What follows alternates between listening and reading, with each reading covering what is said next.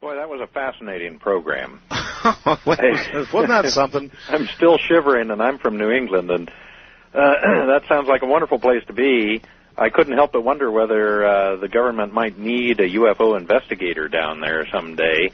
And it occurred to me that they'd probably accept me immediately. Well, I can't remember, Peter, whether it was the Antarctic or the Arctic, one of the two, but you remember the movie The Thing? Oh, yes, I do. You remember the big circle in the ice? You remember that? Yeah. You know, we talked about that briefly on a prior program about a month ago or so. I can't help but wonder, that came out, I think, in 50 or perhaps 1951. Right. And it is closely analogous to what happened at Roswell, allegedly. It makes me wonder if that movie was not commissioned by somebody in the government to begin the process of getting the American public accustomed to the notion that we have guests on this planet. Well, you heard Mike. He said in some areas the ice is 3 miles thick. 3 miles of ice. Now, that's hard to even contemplate, and the bottom of that ice must be about how old? God only knows, thousands of years at least, I would say. And I couldn't help but wonder, while he was saying that, how many Martian or lunar meteors or meteorites might be embedded in that ice. As I recall, that's where that Martian meteorite was found that had the tiny little tubules on it. What was it, about 7 or 8 or 9 years ago that news hit the papers?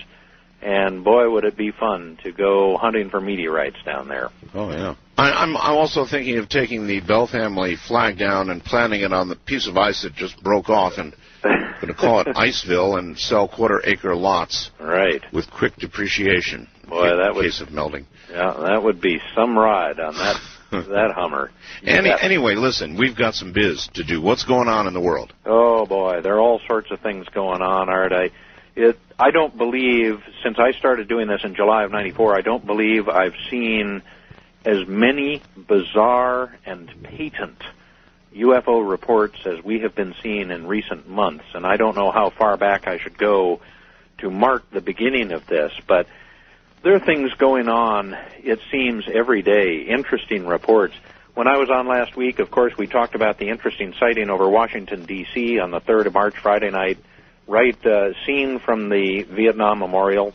I'm sure you remember the cut. I do. Then we started talking about the events over Arkansas, and pieces are slowly but surely falling in place thanks to all the reports that are coming in, thanks to the fine work that Al Collier and Nancy Talbot are doing. Nancy out of Boston, I failed to mention her and her work last time I was on, but they're doing some fine research, and they are now having analyzed the strange powder that allegedly was found in some of the craters at the burn site, I guess in the vicinity of Scott or England, Arkansas, which are both east and southeast of Little Rock. A white powdery substance. Yep. And there was also some kind of, they called it magenta powder. I don't know much about colors. I presume magenta is close to purple. What the nature of that was, I don't know. But as a consequence of the program we did last week with that delightful young gal whose name was Jane on the radio and Al Collier, we have gotten a gob of reports from people from Oklahoma, from Kansas, from Missouri, from southwest Arkansas, and just today we got a report from a gentleman who is in Memphis. In fact, if we have time before the bottom of the hour, I'd like to play the cut I got with this guy. He got a good look at the object at 8:45 or 8:46 that Thursday night. This is just 2 weeks ago, the 9th of March again. And he asserts, and he had a very good look at this object, that the object he saw slowed down and then momentarily dimmed, and then it brightened up considerably to brighter than it had been when he first saw it, right. And it accelerated to the north. And we now have evidence that there were at least 4, and I'm beginning to think now perhaps 5 aerial events between 8 p.m. that Thursday night and 11:45. 8:26 seen from Derby. I may have erred on the time when I reported that last week. It was 8:26, not 8:46, I believe. Then 8:46, 20 minutes later, 10 o'clock and 11:45. To the best of my... And also, we just got a fascinating written report from a couple.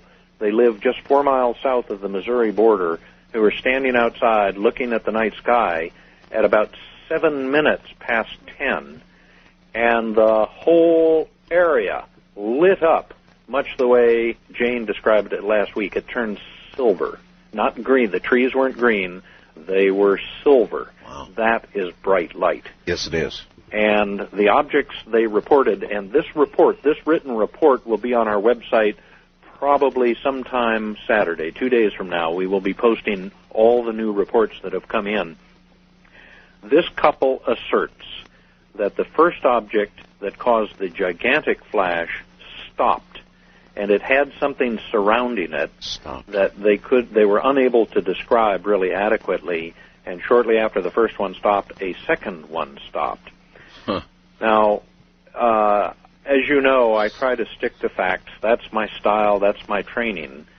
But it occurred to me after our program last week, we've had two now seemingly clusters of sightings, the one over Washington, D.C., and then this cluster of sightings over Arkansas.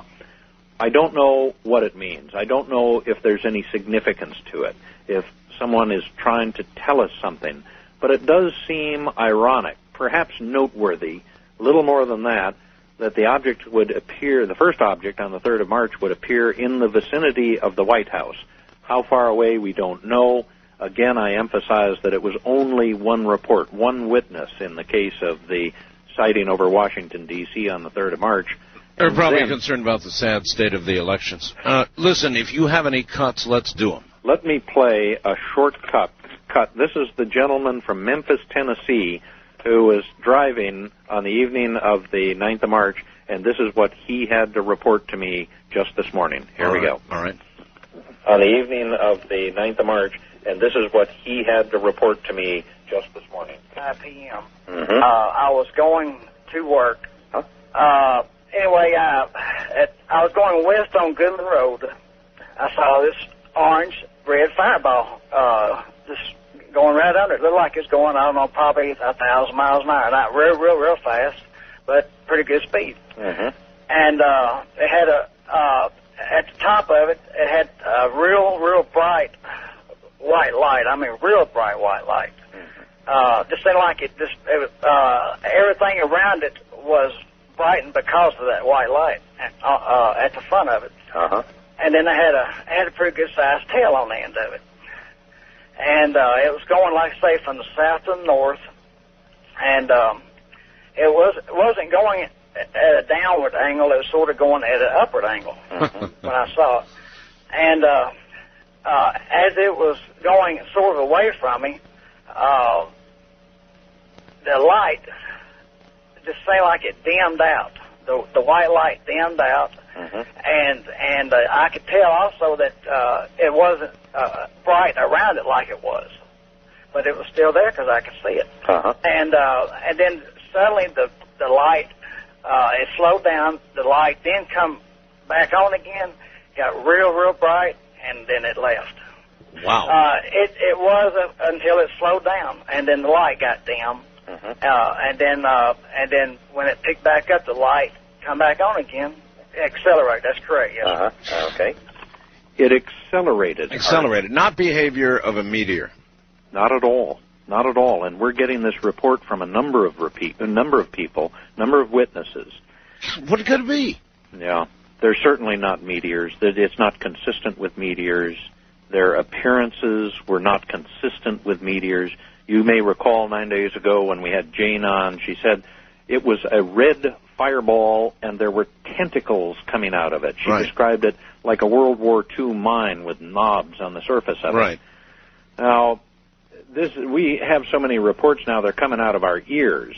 A trucker, reported from just north of the Red River, which forms the border between Arkansas and Texas, down in the southwest corner of Arkansas. Right. He was driving north. He was just a mile north of the river. He described very elegantly what he saw as well. It was the same object, I believe, as the one we just heard described. And he said it's like nothing he's ever seen in his life. It came from behind him, So it was in southern Arkansas, and it overtook him very rapidly. He saw it for just a few seconds. It went streaking across the northern horizon, reached the horizon, disappeared from his sight.